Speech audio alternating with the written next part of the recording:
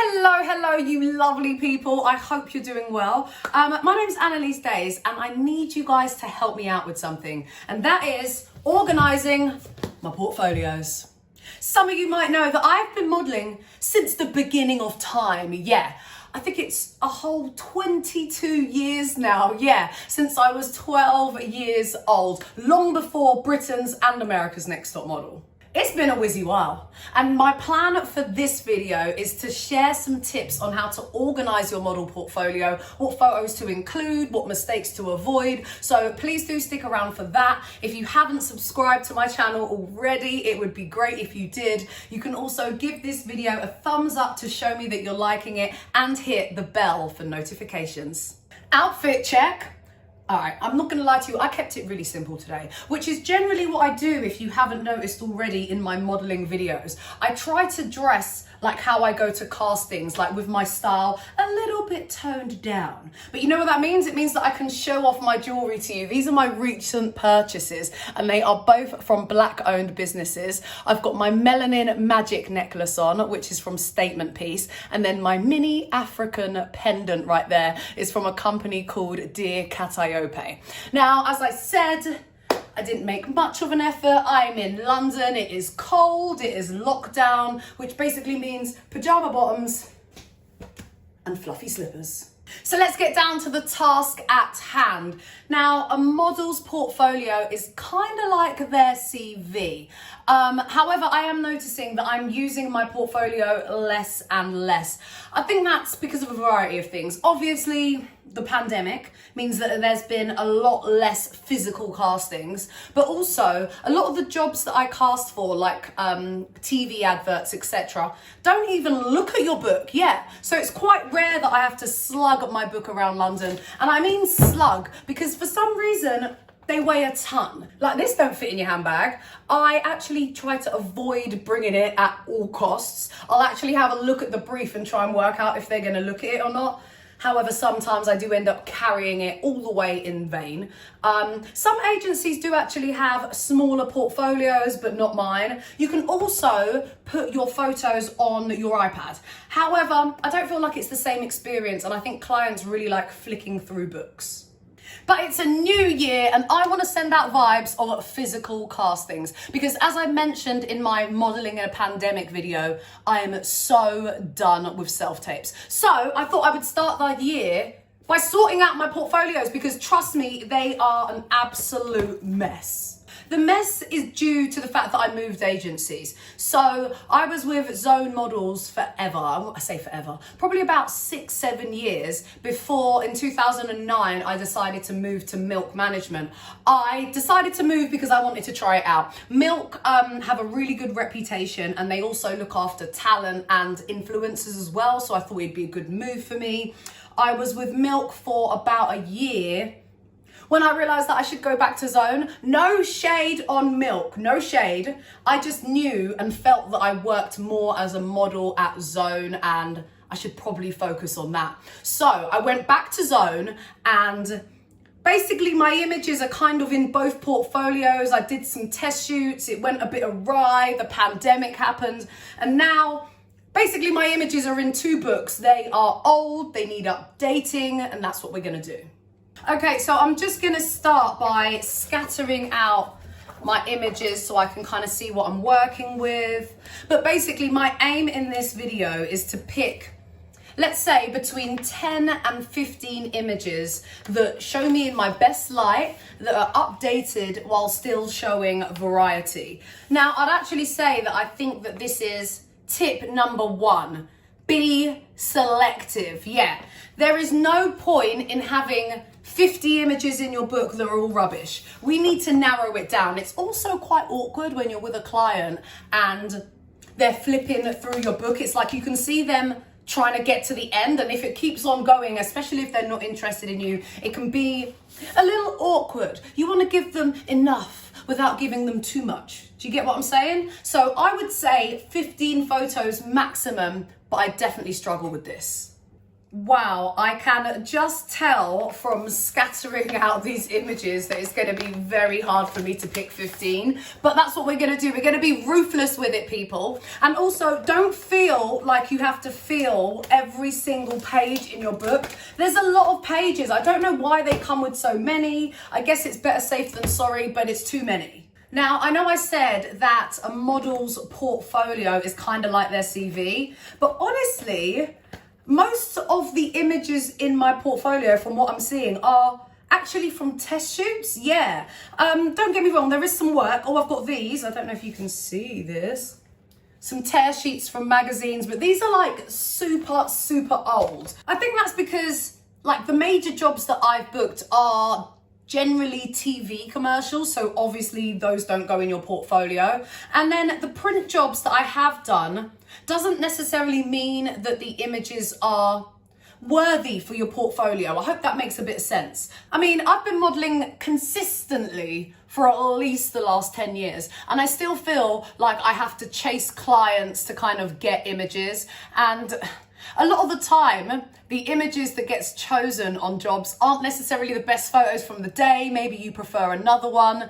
So I think what happens is sometimes your agency will ask you to do test shoots just to fill the blanks and kind of fill out your book and still show off your face, show your body, and show what you can do. So let me touch upon test shoots ever so briefly. So if you are signed to an agency, a test shoot is a shoot that is set up by your agent. So your agent gets you in contact with a photographer and you do a photo shoot with them where you get the images. Yes, you do pay for this. However, you do not pay upfront for test shoots. No. Any decent agency will pay up front for you. Let's say a shoot is £200, and then they will take that £200 out of the next job that you book. That is a very important note because people spend a lot of money on photo shoots. Now, if you're not signed, a test shoot is just a shoot that you arrange with a photographer just to get more experience, and again, so that you can add these photos to your portfolio. I hope that made sense. Maybe I'll do a video covering a bit more on that later. So I recently did a test shoot with Tomala Katzman, who is a very well-known photographer here in London, in the sense that she works with lots of different agencies doing lots of test shoots for lots of different models. The annoying thing is that I actually had to print these out myself. Yeah, usually your agency would print your photos and then send them to you, but you know, pandemic, so I printed them out at a local print store. I'm not 100% happy with the colors, but you know what? We move. So in my test shoot with Tomala, we probably did about 3 different looks. Yeah, 3 different looks. I was probably there for about an hour and a half, maybe 2 hours. Yeah, she was super quick. It cost £250, which was advanced by my agency. And the plan is that we are definitely going to incorporate some of these newer, updated photos into my portfolio, which brings me to tip number 2. Keeping your book updated is so important, but I'm fully guilty. Yeah, as I mentioned before, a lot of the photos that I have right now are very old. I'm lucky though, in the sense that I kind of look the same. You guys say it as well from my videos. Yeah, I kind of look the same maybe 7 years ago as I did now, so it's easy for me to get away with it. But there is no excuse, especially if you change your look very often. You should really not have any images that are older than, I'd say, 3 years in your book. So what I've done, from my scattered out pile, I've removed all the images that are older than 3 years. I think you may have seen some of these, but I'll give you a little, do I still look the same? I don't know. Oh, I love these. These are 2 of my favorites. That's probably why they're still in the book, but I think they should go. Yeah, so now I've got rid of those photos. I still have quite a big pile in front of me, and we're going to talk about organisation. Image number 1, in my opinion, should be a decent headshot. So what I've done, out of all the images that are scattered, I put together my headshots. So this is when I was with my old agency. This was actually the first shot in my portfolio. It's nice, you know, a bit of black and white, maybe a bit more smiley over here. I also think that it's important to make eye contact on that first establishing photo in your book. Kind of think what you see on the cover of magazines. Obviously not like the sex appeal and all of that. What I mean is the female gaze. Have you ever heard of that? Google it. But yeah, make sure you're looking at camera, because I feel like that's a good way to kind of start the conversation. This shot was from Tomala. It's quite nice, but I'm not in love with it, you know.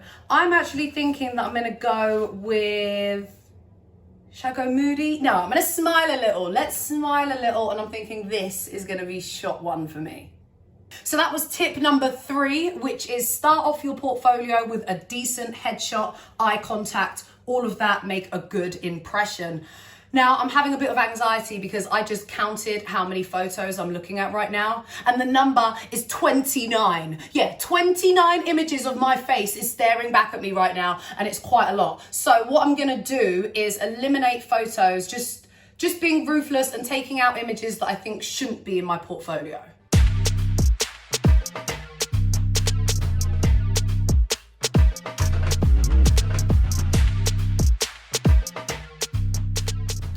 Feeling like a boss because I just got rid of 13 images. Yeah. What is that? 29, 16? Oh, don't even laugh at my maths. Is that 16? Anyways, I have about that many images left now. And the next step is to group the photos. So what I mean by that is if it was the same shoot, you've got a few images from the same shoot, it's nice to put those together because I always think they look nice next to each other. This is a good example, or even this one. I've actually got less options after discarding 13 images, but I think you get the vibe that I'm talking about. These are all from the same. And sometimes just the energy of images can match each other. Yeah, it's all about going with your gut and personal taste. Now, if your agency actually has a preference on what order your pictures go in, I always think it's just best to let them do it, because you know what? They know what's best, and your life is going to be easiest if you kind of follow their advice. However, you do obviously want to make sure that you're presenting your book with confidence to clients, so it is important that you like it as well. So if you don't have an agency, just follow my tips and you should be good. So they say that variety is the spice of life. Well, it is also the spice to any model's portfolio. So you want to make sure that you are showing variety on lots of different levels. So that's not just physically in terms of like hair and makeup, etc., but also facially. Yes, show them that you can actually move your facial muscles. Energy, different energy. Yeah, you know what I mean? So whether you're giving like sultry demure or smiley over the top excitement, yeah, give them variety in that form, along with like mid shots, full length, close up. Yes, and you want to sprinkle this throughout. Yeah, you don't want to do like all your headshots together, all your full length shots together. It's kind of boring. Think of it as a book. You want to be excited and tantalized by each page turn. So after that first image that I started with, I went for a full length shot and then a sitting photo. I feel like all the shots right now, the first 3 images, my hair is out in all of them. So maybe it'd be a good idea to slick it back. So then maybe I'd go for those 2 next. Yeah. So in case I wasn't clear with that, variety is tip number 4. Now, I am thinking that I'm going to make sure that I go through sprinkling different facial expressions, different looks, etc. You can do the exact same. I noticed that my first few images are all lacking colour, so I think I'm going to go with a colourful vibe, maybe something like this next. And then, like I said, it's just about working your way through your images. It's also important to make sure you maybe show some body. Yeah, give them the body. Again, it's just to show what your body actually looks like and to give them a reference. This one is actually from a job I did for Fig Leaves. I work for them quite a lot, so I actually get their images, which is always great. It's like really important not to overthink it too much, because you could be there forever. Like, I'm a Libra, super indecisive. So when I make a decision, I just pop it in and go for it. But I also wanted to show you an example of an image that shouldn't really be in my book, as much as I really love it. So this is the cover from a magazine that I did, Boyfriend magazine. I really enjoy it because I haven't been on a cover very recently, and I think this was like in 2019, so you know, not too far away. And the thing is with these type of shots is that when they're overstyled and a little bit over the top, agencies tend to not like the photos, like the same way that they don't like a lot of the shots from ANTM. I doubt my agency would like this photo. I also think that it's, I don't want to say cringe, but I don't want to put a cover of me in a magazine or on a magazine where I'm on it and it has my name. Like, I would prefer, not that I'd prefer, what I'm saying is I really enjoy this. This is great. This is an Annaliese achievement. But in terms of my model portfolio, I think it'd be best that if I did use covers, it'd be covers where I was just a nameless model. I kind of waffled there. Yeah. Guess what? I think I'm done. Let me show you what I did. So here is my portfolio. Oh, I totally forgot to mention cards before, but this is my card for my agency. It just has your measurements and stuff on the back. I've only got one left, so I'll definitely have to request some more. That other one is from my old agency. Let's just cover that up. So here we go. Showing lots of variety. Hair slick back vibes, pop of colour, back to moody. Oh, more colour, more body. Yeah. So I think I actually broke my own rule, and I believe I've got 16 images in here. I just couldn't edit any more out. I don't know, it was quite difficult. But I'm done. Thank you so much for watching this video, organising your modelling portfolio for 2021. Now, hopefully I gave you some tips that you can implement and use. Let me give you a quick summary. So, tip 1, be selective. It's actually probably the hardest tip, the one that I struggle with the most, but it's definitely important. Tip number 2, make sure you keep your book updated at all times. Tip number 3, start with a strong headshot to capture the attention. And tip number 4, variety, variety, variety. If you liked this video, please do show me that you did by giving it a thumbs up and getting involved in the comments below. I have got lots of content coming out at the moment, so make sure you keep up to date with everything by hitting the bell for notifications and subscribing if you haven't already. Now, I'm going to pop this video in my model diary playlist. It would be great if you took a look at that, along with my ANTM recaps, of course. Thank you so much again. See ya.